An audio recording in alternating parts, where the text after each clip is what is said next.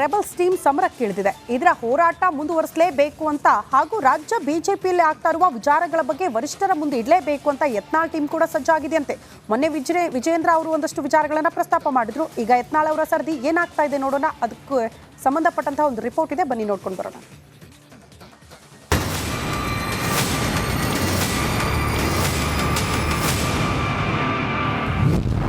ಇಂದು ದೆಹಲಿಗೆ ದೌಡಾಯಿಸಲಿದೆ ಯತ್ನಾಳ್ ಟೀಮ್.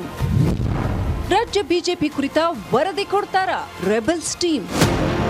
ರಾಜ್ಯ ಬಿಜೆಪಿ ಅಕ್ಷರಶಃ ಮನೆಯೊಂದು 3 ಬಾಗಿಲು ಎಂಬಂತಾಗಿದೆ. ಒಬ್ಬೊಬ್ರು ಒಂದೊಂದು ಕಡೆ ಮುಖ ಮಾಡಿದ್ದಾರೆ. ವಿಜೇಂದ್ರ ಪರ ಕೆಲವರು ಜೈ ಅಂದ್ರೆ, ಮತ್ತೊಂದೆಡೆ ಯತ್ನಾಳ್ ಟೀಮ್ ಅಸಮಾಧಾನ ಭುಗಿಲೆದ್ದಿದೆ. ಇವೆಲ್ಲದರ ನಡುವೆ ಯತ್ನಾಳ್ ಟೀಮ್ ಇಂದು ದೆಹಲಿಗೆ ಹಾರಲಿದೆ. ರಾಜ್ಯಾಧ್ಯಕ್ಷರ ಬದಲಾವಣೆಗೆ ಮನವಿ. ಯತ್ನಾಳ್, ರಮೇಶ್ ಜಾರಕಿಹೊಳಿ, ಅರವಿಂದ ಲಿಂಬಾವಳಿ, ಕುಮಾರ್ ಬಂಗಾರಪ್ಪ, ಪ್ರತಾಪ್ ಸಿಂಹ ಸೇರಿ ಪ್ರಮುಖರು ದೆಹಲಿಗೆ ಹಾರಲಿದ್ದಾರೆ. ರಾಜ್ಯ ಬಿಜೆಪಿಯಲ್ಲಿನ ಚಟುವಟಿಕೆ ಹಾಗೂ ಅದರ ವರದಿಯನ್ನ ಹೈಕಮಾಂಡ್ಗೆ ನೀಡಲಿದ್ದಾರೆ ಎನ್ನಲಾಗಿದೆ. ಇದೇ ವೇಳೆ ಬಿಜೆಪಿ ರಾಜ್ಯಾಧ್ಯಕ್ಷ ವಿಜೇಂದ್ರ ಬದಲಾವಣೆಗೆ ಮನವಿ ಮಾಡಲಿದೆ ಎನ್ನಲಾಗ್ತಿದೆ. ವಿಜೇಂದ್ರ ಹೊರತುಪಡಿಸಿ ಇತರರನ್ನ ಅಧ್ಯಕ್ಷರನ್ನಾಗಿ ಮಾಡುವಂತೆ ಮನವಿ ಮಾಡಲಿದೆ. ಪದಾಧಿಕಾರಿಗಳ ಬದಲಾವಣೆ ಆಗಬೇಕು ಅಂತ ಪಟ್ಟು ಹಿಡಿಯುವ ಸಾಧ್ಯತೆ ಇದೆ. ಅಷ್ಟೇ ಅಲ್ಲ, ವಕ್ಫ್ ಹೋರಾಟವನ್ನ ಮುಂದುವರಿಸಲು ಅನುಮತಿ ನೀಡುವಂತೆ ಮನವಿ ಮಾಡಿಕೊಳ್ಳಲಿದೆ ಎನ್ನಲಾಗ್ತಿದೆ. ವಕ್ಫ್ ಆಸ್ತಿಯನ್ನ ತಪ್ಪಿಸಿ ರೈತರಿಗೆ ಮತ್ತು ಜಮೀನು ಕಳೆದುಕೊಂಡವರಿಗೆ ಮರಳಿ ಆಸ್ತಿ ಕೊಡಿಸುವಂತೆ ಮಾಡಬೇಕು. ಇದರಿಂದ ಬಿಜೆಪಿಗೆ ಹೆಚ್ಚು ಅನುಕೂಲ ಆಗಲಿದೆ ಅಂತ, ಮೋದಿ ಸರ್ಕಾರಕ್ಕೆ ಹೆಸರು ಬರಲಿದೆ ಅಂತ ಮನವರಿಕೆ ಮಾಡಿಕೊಡಲು ನಿರ್ಧರಿಸಿದ್ದಾರೆ. ದೆಹಲಿಯಲ್ಲಿ ಜೆಪಿಸಿ ಕಮಿಟಿ ಅಧ್ಯಕ್ಷ ಜಗದಾಂಬಿಕಾ ಪಾಲ್ ಹಾಗೂ ಕಮಿಟಿ ಸದಸ್ಯರನ್ನ ತಂಡ ಭೇಟಿ ಮಾಡಲಿದೆ. ಹಲವು ವಿಚಾರಗಳನ್ನ ಹೊತ್ತು ದೆಹಲಿಗೆ ಹಾರಲಿರುವ ಯತ್ನಾಳ್ ಟೀಮ್ ಯಾವೆಲ್ಲ ವಿಚಾರಗಳ ಬಗ್ಗೆ ವರದಿ ನೀಡಲಿದ್ದಾರೆ ನೋಡಬೇಕಾಗಿದೆ. ಸುರೇಶ್, ರಿಪಬ್ಲಿಕ್ ಕನ್ನಡ, ಬೆಂಗಳೂರು. ಓಕೆ, ಒಂದು ಕಡೆ ಬಿಜೆಪಿಯಲ್ಲೂ ಕೂಡ ವೆರಿ ಫಸ್ಟ್ ಟೈಮ್ ಅಂದರೆ ಈ ಚುನಾವಣೆ ಮುಖಾಂತರ ಪ್ರೆಸಿಡೆಂಟ್ಗಳನ್ನು ಆಯ್ಕೆ ಮಾಡಬೇಕು ಅಂತೇಳಿ ಇದು ಹೈಕಮಾಂಡ್ ಕಂಡುಕೊಂಡಂಥ ಒಂದು ಅದ್ಭುತವಾದಂಥ ನಿರ್ಣಯ ಅಂತ ನಾನು ಅಂದ್ಕೊಂಡಿದ್ದೀನಿ. ಯಾಕಂತಂದರೆ ಇಲ್ಲಿ ಬಸನಗೌಡ ಪಾಟೀಲ್ ಯತ್ನಾಳ್ ಅವರನ್ನು ಕೂಡ ಎದುರಾಕೊಳ್ಳೋಕ್ಕಾಗ್ತಾ ಇಲ್ಲ. ಬಿಜೆಪಿ ಅಂತ ಒಂದು ಪರಿಸ್ಥಿತಿಯಲ್ಲಿ ಬಂದು ನಿಂತಿದೆ. ಅನಿವಾರ್ಯ ಆಗ್ಬಿಟ್ಟಿದ್ದಾರೆ ಯತ್ನಾಳ್ ಅವರು ಕೂಡ, ಕ್ರಮ ಕೈಗೊಳ್ತಾ ಇಲ್ಲ ಅಂತ. ಅಲ್ಲ, ನಿಮಗೆ ಅದು ಇವ್ರಿಗೂ ಗೊತ್ತಿದೆ. ಈಗ ನಿಮಗೆ ಒಬ್ಬ ಬಲಿಷ್ಠವಾದ ನಾಯಕ ಇದ್ದಾಗ, ಈಗ ನೋಡಿ ತಮಿಳುನಾಡಲ್ಲಿ ಏನಾಯಿತು, ತಮಿಳುನಾಡಲ್ಲಿ ಅಣ್ಣಾ DMK ಅನ್ನುವಂಥ ಅಷ್ಟು ದೊಡ್ಡ ಪಾರ್ಟಿ ಇತ್ತು, ಎಲ್ಲೋಯ್ತು ಅದು? ಒಂದೇ ಒಂದು ತಲೆ ಇಲ್ಲ. ಯಾರು? ಜಯಲಲಿತಾ ಅನ್ನುವಂಥ ಒಂದು ಹೆಣ್ಣುಮಗಳು ಅಥವಾ ಒಂದು ಬಲಿಷ್ಠ ನಾಯಕಿಗಳ ಚೆಲ್ಲಾಪಿಲ್ಲಿ ಆಗೋಗ್ಬಿಡು. ಕೆಲವೊಂದು ಪಾರ್ಟಿಗಳಿಗೆ ಅದು ಭಾಳ ಅನಿವಾರ್ಯ. ಇಲ್ಲಿ ಕಾಂಗ್ರೆಸ್ ಇಲ್ಲಿ ಏನಾಗಿತ್ತು, ಯಾವಾಗ KPC ಅಧ್ಯಕ್ಷರಾಗಿ DK ಶಿವಕುಮಾರ್ ನಿಯುಕ್ತಿಗೊಂಡರು ಆಗ ಒಂದು ಸಂಚಲನ ಉಂಟಾಯಿತು ಕಾಂಗ್ರೆಸ್ಸಲ್ಲಿ, ಅದರಲ್ಲಿ ಎರಡು ಮಾತೇ ಇಲ್ಲ. ಅದಕ್ಕಿಂತ ಮೊದಲು ದಿನೇಶ್ ಗುಂಡೂರಾವ್ ಅವರಿಗೆ KPC ಅಧ್ಯಕ್ಷ ಸ್ಥಾನವನ್ನು ಕೊಡಲಾಗಿತ್ತು.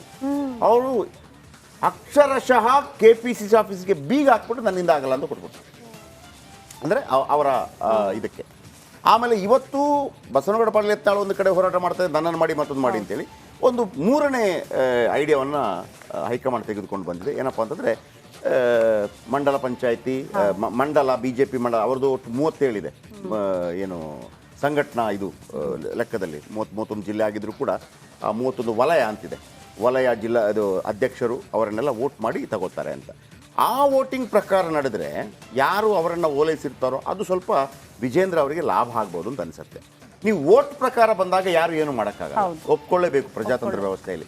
ಒಂದು ವೇಳೆ ಬಸವನಗೌಡ ಪಾಟೀಲ್ ಬಂದರೂ ಕೂಡ ಅವರ ಶಕ್ತಿ ಗೊತ್ತಾಗ್ಬಿಡ್ತದೆ, ಸೀಟ್ನ ಶಕ್ತಿ ಗೊತ್ತಾಗ್ಬಿಡ್ತದೆ. ಇನ್ನೊಂದೊಂದು ಪಾಯಿಂಟ್ ಹೇಳೋದಕ್ಕೆ ನಾನು ಮರ್ತೋದೆ. ಇವತ್ತು DK ಶಿವಕುಮಾರ್ ಅವರೇನು ಮೀಟಿಂಗ್ ಮಾಡ್ತಾ ಇದ್ದಾರೆ, ಒಂದು ಮಾತು ಇವರು ಅದನ್ನೆಲ್ಲ ಹೇಳೋಕೆ ಹೋಗಲ್ಲ. ಒಬ್ಬನಿಗೆ ಒಂದೇ ಹುದ್ದೆ ಅನ್ನುವಂಥದ್ದು UPA ಕಾಲಾವಧಿಯಲ್ಲಿ ಬಂದಿತ್ತು. ನೀವು ಇಲ್ಲೇನು ನೀವು KPC ಅಧ್ಯಕ್ಷರಾಗಿದ್ದೀರಿ, ಮಿನಿಸ್ಟರ್ ಕೂಡ ಆಗಿದ್ದೀರಿ, ಎರಡೆರಡು ಹುದ್ದೆ ಕೊಡೋಂಗಿಲ್ಲ ನಿಮಗೆ, ಒಂದೇ ಹುದ್ದೆ ಯಾವುದಾದ್ರೂ. ಇದು ಕಾಂಗ್ರೆಸ್ ಈ ಹಿಂದೆ ಅಧಿವೇಶನದಲ್ಲಿ ತೆಗೆದುಕೊಂಡಂಥ ಒಂದು ನಿಲುವು. ಹಾಗಾಗಿ ಅದನ್ನು ಎಲ್ಲರೂ ಮ್ಯಾನೇಜ್ ಮಾಡ್ಕೊಂಡು ಬರ್ತಾಯಿದ್ರು. DK ಶಿವಕುಮಾರ್ ಅವರಿಗಿರೋ ಒಂದು ಲಾಭ ಏನಪ್ಪ ಅಂತಂದರೆ, ಅವರು ಅದನ್ನು ಟಕ್ಕರ್ ಕೊಡ್ಬೋದು. ಏನು ಟಕ್ಕರು ಅಂತಂದರೆ, ಈಗ ಮಲ್ಲಿಕಾರ್ಜುನ ಅದನ್ನು ಪ್ರಶ್ನೆ ಮಾಡಿದ್ರೆ ಅವ್ರು ಹೇಳ್ಬೋದು, ಮಲ್ಲಿಕಾರ್ಜುನ ಖರ್ಗೆ ಅವರು ಏನಾಗಿದ್ದಾರೆ, AICC ಅಧ್ಯಕ್ಷರಾಗಿದ್ದಾರೆ, ರಾಜ್ಯಸಭೆಯಲ್ಲಿ ವಿಪಕ್ಷ ನಾಯಕರು ಕೂಡ ಆಗಿದ್ದಾರೆ, ಅವರು ಕೂಡ 2 ಹುದ್ದೆ. ಸೊ ಹಾಗಾಗಿ ಅದು ಎಷ್ಟು ಚರ್ಚೆಗೆ ಬರುತ್ತೆ ಗೊತ್ತಿಲ್ಲ ನನಗೆ. ಇವರು ಅದನ್ನು ಬಿಟ್ಟು ಮತ್ತೊಂದು ಮಾಡಿದರೆ ಅದನ್ನು ಮಾಡಬೇಕು. ನಾನು ಅವತ್ತಿಂದ ಹೇಳ್ತಾ ಇದ್ದೀನಿ, ನಾನು ರೆಡಿ ಇದ್ದೀನಪ್ಪ, ಸುರೇಶನ ಅಧ್ಯಕ್ಷ ಮಾಡಿ ಅಂತ ಹೇಳ್ಬೋದು. ಇವರು ಹೇಳ್ತಿರೋದು ಅದಲ್ಲ. ಇವರು ಹೇಳ್ತಿರೋದು ನೋಡಿ, ಅಹಿಂದವನ್ನು ನೀವು ಕ್ರೋಢೀಕರಿಸಿ ಅಹಿಂದ ನಮ್ಮನ್ನು ಗೆಲ್ಲಿಸಿರೋದು. ಯಾಕಂದರೆ ಅಲ್ಲಿ ಸಂಡೂರಲ್ಲಿರ್ಬೋದು ಅಥವಾ ಶಿಗ್ಗಾಂವಿಯಲ್ಲಿರ್ಬೋದು, ಸತೀಶ್ ಜಾರಕಿಹೊಳಿ ಶಿಗ್ಗಾಂವಿಯಲ್ಲಿ ಗೆಲ್ಸ್ಕೊಂಡ್ಬಂದು ಸತೀಶ್ ಜಾರಕಿಹೊಳಿಯ ಕಾರಣ. ಆಮೇಲೆ ಸಂಡೂರಲ್ಲಿ ಗೆಲ್ಸ್ಕೊಂಡ್ಬರೋದಕ್ಕೆ ಸಂತೋಷ್ ಲಾಡ್ ಕಾರಣ. ಆಮೇಲೆ ಚನ್ನಪಟ್ಟಣದಲ್ಲಿ DK ಬ್ರದರ್ಸ್ ಕಾರಣ. ಅದನ್ನ ಸಿದ್ದರಾಮಯ್ಯನವರು ಪಕ್ಷ ಅಂತ ಹೇಳದೆ ಡೈರೆಕ್ಟ್ ಆಗಿ ಆ 3 ಜನರಿಗೆ ಕ್ರೆಡಿಟ್ ಕೊಟ್ಬಿಟ್ರು. ಸೊ ಹಾಗಾಗಿದ್ದಾಗ ಆ ಹಿಂದ ಓಟನ್ನು ಇಟ್ಕೊಳ್ಳೋ ಮುಖಾಂತರ ನೋಡಿ ಬಹಳ ಕುತೂಹಲ ಇದೆ ನನಗೆ ಇವತ್ತು ಮಧ್ಯಾಹ್ನ ಏನಾಗುತ್ತೆ. ವಕ್ಫ್ ಬೋರ್ಡ್ ವಿರುದ್ಧ ಬಿಜೆಪಿಯ ರೆಬಲ್ಸ್ ಟೀಮ್ ಸಮರಕ್ಕಿಳಿದಿದೆ. ಇದರ ಹೋರಾಟ ಮುಂದುವರಿಸಲೇಬೇಕು ಅಂತ ಹಾಗೂ ರಾಜ್ಯ ಬಿಜೆಪಿಯಲ್ಲಿ ಆಗ್ತಾ ಇರುವ ವಿಚಾರಗಳ ಬಗ್ಗೆ ವರಿಷ್ಠರ ಮುಂದೆ ಇಡಲೇಬೇಕು ಅಂತ ಯತ್ನಾಳ್ ಟೀಮ್ ಕೂಡ ಸಜ್ಜಾಗಿದೆಯಂತೆ. ಮೊನ್ನೆ ವಿಜೇಂದ್ರ ಅವರು ಒಂದಷ್ಟು ವಿಚಾರಗಳನ್ನ ಪ್ರಸ್ತಾಪ ಮಾಡಿದ್ರು. ಈಗ ಯತ್ನಾಳ್ ಅವರ ಸರದಿ ಏನಾಗ್ತಾ ಇದೆ ನೋಡೋಣ. ಅದಕ್ಕೆ ಸಂಬಂಧಪಟ್ಟಂತಹ ಒಂದು ರಿಪೋರ್ಟ್ ಇದೆ, ಬನ್ನಿ ನೋಡ್ಕೊಂಡು ಬರೋಣ.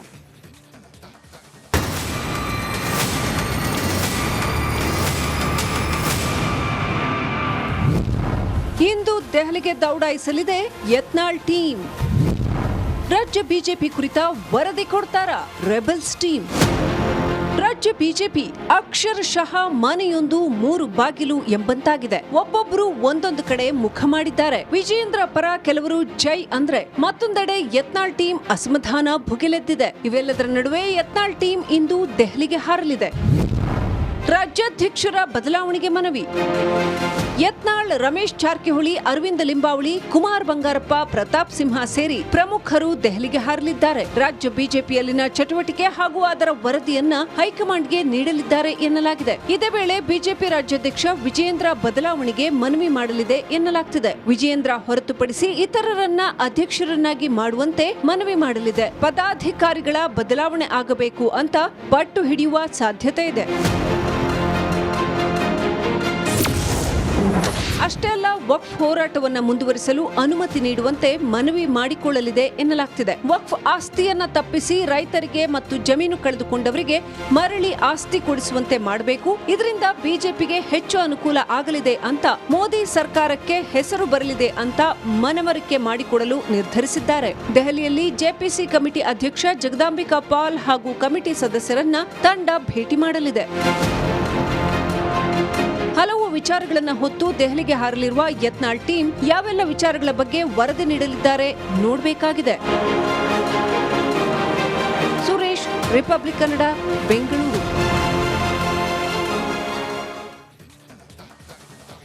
ಓಕೆ, ಒಂದು ಕಡೆ ಬಿಜೆಪಿಯಲ್ಲೂ ಕೂಡ ವೆರಿ ಫಸ್ಟ್ ಟೈಮ್ ಅಂದರೆ ಈ ಚುನಾವಣೆ ಮುಖಾಂತರ ಪ್ರೆಸಿಡೆಂಟ್ಗಳನ್ನು ಆಯ್ಕೆ ಮಾಡಬೇಕು ಅಂತೇಳಿ ಇದು ಹೈಕಮಾಂಡ್ ಕಂಡುಕೊಂಡಂಥ ಒಂದು ಅದ್ಭುತವಾದಂಥ ನಿರ್ಣಯ ಅಂತ ನಾನು ಅಂದ್ಕೊಂಡಿದ್ದೀನಿ. ಯಾಕಂತಂದರೆ ಇಲ್ಲಿ ಬಸನಗೌಡ ಪಾಟೀಲ್ ಯತ್ನಾಳ್ ಅವರನ್ನು ಕೂಡ ಎದುರಾಕೊಳ್ಳೋಕ್ಕಾಗ್ತಾ ಇಲ್ಲ. ಬಿಜೆಪಿ ಅಂತ ಒಂದು ಪರಿಸ್ಥಿತಿಯಲ್ಲಿ ಬಂದು ನಿಂತಿದೆ.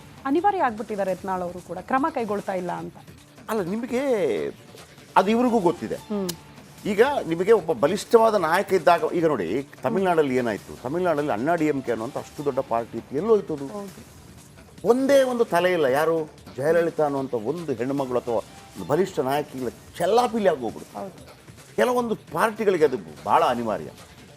ಇಲ್ಲಿ ಕಾಂಗ್ರೆಸ್ ಇಲ್ಲಿ ಏನಾಗಿತ್ತು, ಯಾವಾಗ KPC ಅಧ್ಯಕ್ಷರಾಗಿ DK ಶಿವಕುಮಾರ್ ನಿಯುಕ್ತಿಗೊಂಡರು ಆಗ ಒಂದು ಸಂಚಲನ ಉಂಟಾಯಿತು ಕಾಂಗ್ರೆಸ್ಸಲ್ಲಿ, ಅದರಲ್ಲಿ 2 ಮಾತೇ ಇಲ್ಲ. ಅದಕ್ಕಿಂತ ಮೊದಲು ದಿನೇಶ್ ಗುಂಡೂರಾವ್ ಅವರಿಗೆ KPC ಅಧ್ಯಕ್ಷ ಸ್ಥಾನವನ್ನು ಕೊಡಲಾಗಿತ್ತು. ಅವರು ಅಕ್ಷರಶಃ KPCC ಆಫೀಸ್ಗೆ ಬೀಗ ಹಾಕ್ಬಿಟ್ಟು ನನ್ನಿಂದ ಆಗಲ್ಲ ಅಂತ ಕೊಟ್ಬಿಟ್ಟು, ಅಂದರೆ ಅವರ ಇದಕ್ಕೆ. ಆಮೇಲೆ ಇವತ್ತು ಬಸವನಗೌಡ ಪಾಟೀಲ್ ಯತ್ನಾಳ್ ಒಂದು ಕಡೆ ಹೋರಾಟ ಮಾಡ್ತಾರೆ, ನನ್ನನ್ನು ಮಾಡಿ ಮತ್ತೊಂದು ಮಾಡಿ ಅಂತೇಳಿ ಒಂದು 3ನೇ ಐಡಿಯಾವನ್ನು ಹೈಕಮಾಂಡ್ ತೆಗೆದುಕೊಂಡು ಬಂದಿದೆ. ಏನಪ್ಪ ಅಂತಂದರೆ ಮಂಡಲ ಪಂಚಾಯಿತಿ, ಮಂಡಲ BJP ಮಂಡಲ ಅವ್ರದ್ದು ಒಟ್ಟು 37 ಇದೆ. ಏನು ಸಂಘಟನಾ ಇದು ಲೆಕ್ಕದಲ್ಲಿ 31 ಜಿಲ್ಲೆ ಆಗಿದ್ರೂ ಕೂಡ 31 ವಲಯ ಅಂತಿದೆ. ವಲಯ ಜಿಲ್ಲಾ ಇದು ಅಧ್ಯಕ್ಷರು ಅವರನ್ನೆಲ್ಲ ವೋಟ್ ಮಾಡಿ ತಗೋತಾರೆ ಅಂತ.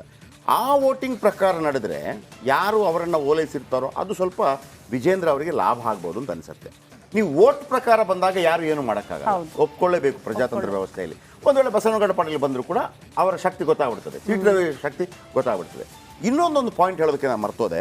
ಇವತ್ತು DK ಶಿವಕುಮಾರ್ ಅವರೇನು ಮೀಟಿಂಗ್ ಮಾಡ್ತಾ ಇದ್ದಾರೆ, ಒಂದು ಮಾತು ಇವರು ಅದನ್ನೆಲ್ಲ ಹೇಳೋಕೆ ಹೋಗಲ್ಲ. ಒಬ್ಬನಿಗೆ ಒಂದೇ ಹುದ್ದೆ ಅನ್ನುವಂಥದ್ದು UPA ಕಾಲಾವಧಿಯಲ್ಲಿ ಬಂದಿತ್ತು. ನೀವು ಇಲ್ಲೇನು ನೀವು KPC ಅಧ್ಯಕ್ಷರಾಗಿದ್ದೀರಿ, ಮಿನಿಸ್ಟರ್ ಕೂಡ ಆಗಿದ್ದೀರಿ, 2 ಹುದ್ದೆ ಕೊಡೋಂಗಿಲ್ಲ ನಿಮಗೆ, ಒಂದೇ ಹುದ್ದೆ ಯಾವುದಾದ್ರೂ. ಇದು ಕಾಂಗ್ರೆಸ್ ಈ ಹಿಂದೆ ಅಧಿವೇಶನದಲ್ಲಿ ತೆಗೆದುಕೊಂಡಂಥ ಒಂದು ನಿಲುವು. ಹಾಗಾಗಿ ಅದನ್ನು ಎಲ್ಲರೂ ಮ್ಯಾನೇಜ್ ಮಾಡಿಕೊಂಡು ಬರ್ತಾಯಿದ್ರು. DK ಶಿವಕುಮಾರ್ ಅವರಿಗಿರೋ ಒಂದು ಲಾಭ ಏನಪ್ಪ ಅಂತಂದರೆ ಅವರು ಅದನ್ನು ಟಕ್ಕರ್ ಕೊಡ್ಬೋದು. ಏನು ಟಕ್ಕರ್ ಅಂತಂದರೆ, ಈಗ ಮಲ್ಲಿಕಾರ್ಜುನ ಅದನ್ನು ಪ್ರಶ್ನೆ ಮಾಡಿದ್ರೆ ಅವ್ರು ಹೇಳ್ಬೋದು ಮಲ್ಲಿಕಾರ್ಜುನ ಖರ್ಗೆ ಅವರು ಏನಾಗಿದ್ದಾರೆ AICC ಅಧ್ಯಕ್ಷರಾಗಿದ್ದಾರೆ, ರಾಜ್ಯಸಭೆಯಲ್ಲಿ ವಿಪಕ್ಷ ನಾಯಕರು ಕೂಡ ಆಗಿದ್ದಾರೆ, ಹೌದು. ಅವರು ಕೂಡ 2 ಹುದ್ದೆ. ಸೊ ಹಾಗಾಗಿ ಅದು ಎಷ್ಟು ಚರ್ಚೆಗೆ ಬರುತ್ತೆ ಗೊತ್ತಿಲ್ಲ ನನಗೆ. ಇವರು ಅದನ್ನ ಬಿಟ್ಟು ಮತ್ತೊಂದು ಮಾಡಿದ್ರೆ ಅದನ್ನು ಮಾಡ್ಬೇಕು. ಅವತ್ತು ನಾನು ಅವತ್ತಿಂದ ಹೇಳ್ತಾ ಇದ್ದೀನಿ, ನಾನು ರೆಡಿ ಇದ್ದೀನಪ್ಪ, ಸುರೇಶನ ಅಧ್ಯಕ್ಷ ಮಾಡಿ ಹೌದು ಅಂತ ಹೇಳ್ಬೋದು. ಇವ್ರು ಹೇಳ್ತಿರೋದು ಅದಲ್ಲ. ಇವ್ರು ಹೇಳ್ತಿರೋದು ನೋಡಿ, ಅಹಿಂದವನ್ನ ನೀವು ಕ್ರೋಢೀಕರಿಸಿ ಅಹಿಂದ ನಮ್ಮನ್ನು ಗೆಲ್ಲಿಸಿರೋದು. ಯಾಕಂದ್ರೆ ಅಲ್ಲಿ ಸಂಡೂರಲ್ಲಿರ್ಬೋದು ಅಥವಾ ಶಿಗ್ಗಾಂವಿಯಲ್ಲಿರ್ಬೋದು, ಸತೀಶ್ ಜಾರಕಿಹೊಳಿ ಶಿಗ್ಗಾಂವಿಯಲ್ಲಿ ಗೆಲ್ಸ್ಕೊಂಡ್ಬಂದು ಸತೀಶ್ ಜಾರಕಿಹೊಳಿಯ ಕಾರಣ ಅದು. ಹೌದು. ಆಮೇಲೆ ಸಂಡೂರಲ್ಲಿ ಗೆಲ್ಸ್ಕೊಂಡ್ಬರೋದಕ್ಕೆ ಸಂತೋಷ್ ಲಾಡ್ ಕಾರಣ, ಆಮೇಲೆ ಚನ್ನಪಟ್ಟಣದಲ್ಲಿ DK ಬ್ರದರ್ಸ್ ಕಾರಣ. ಅದನ್ನ ಸಿದ್ದರಾಮಯ್ಯನವರು ಪಕ್ಷ ಅಂತ ಹೇಳದೆ ಡೈರೆಕ್ಟ್ ಆಗಿ ಆ 3 ಜನರಿಗೆ ಕ್ರೆಡಿಟ್ ಕೊಟ್ಬಿಟ್ರು. ಸೊ ಹಾಗಾಗಿದ್ದಾಗ ಆ ಹಿಂದ ಓಟನ್ನು ಇಟ್ಕೊಳ್ಳೋ ಮುಖಾಂತರ ನೋಡಿ, ಬಹಳ ಕುತೂಹಲ ಇದೆ ನನಗೆ ಇವತ್ತು ಮಧ್ಯಾಹ್ನ.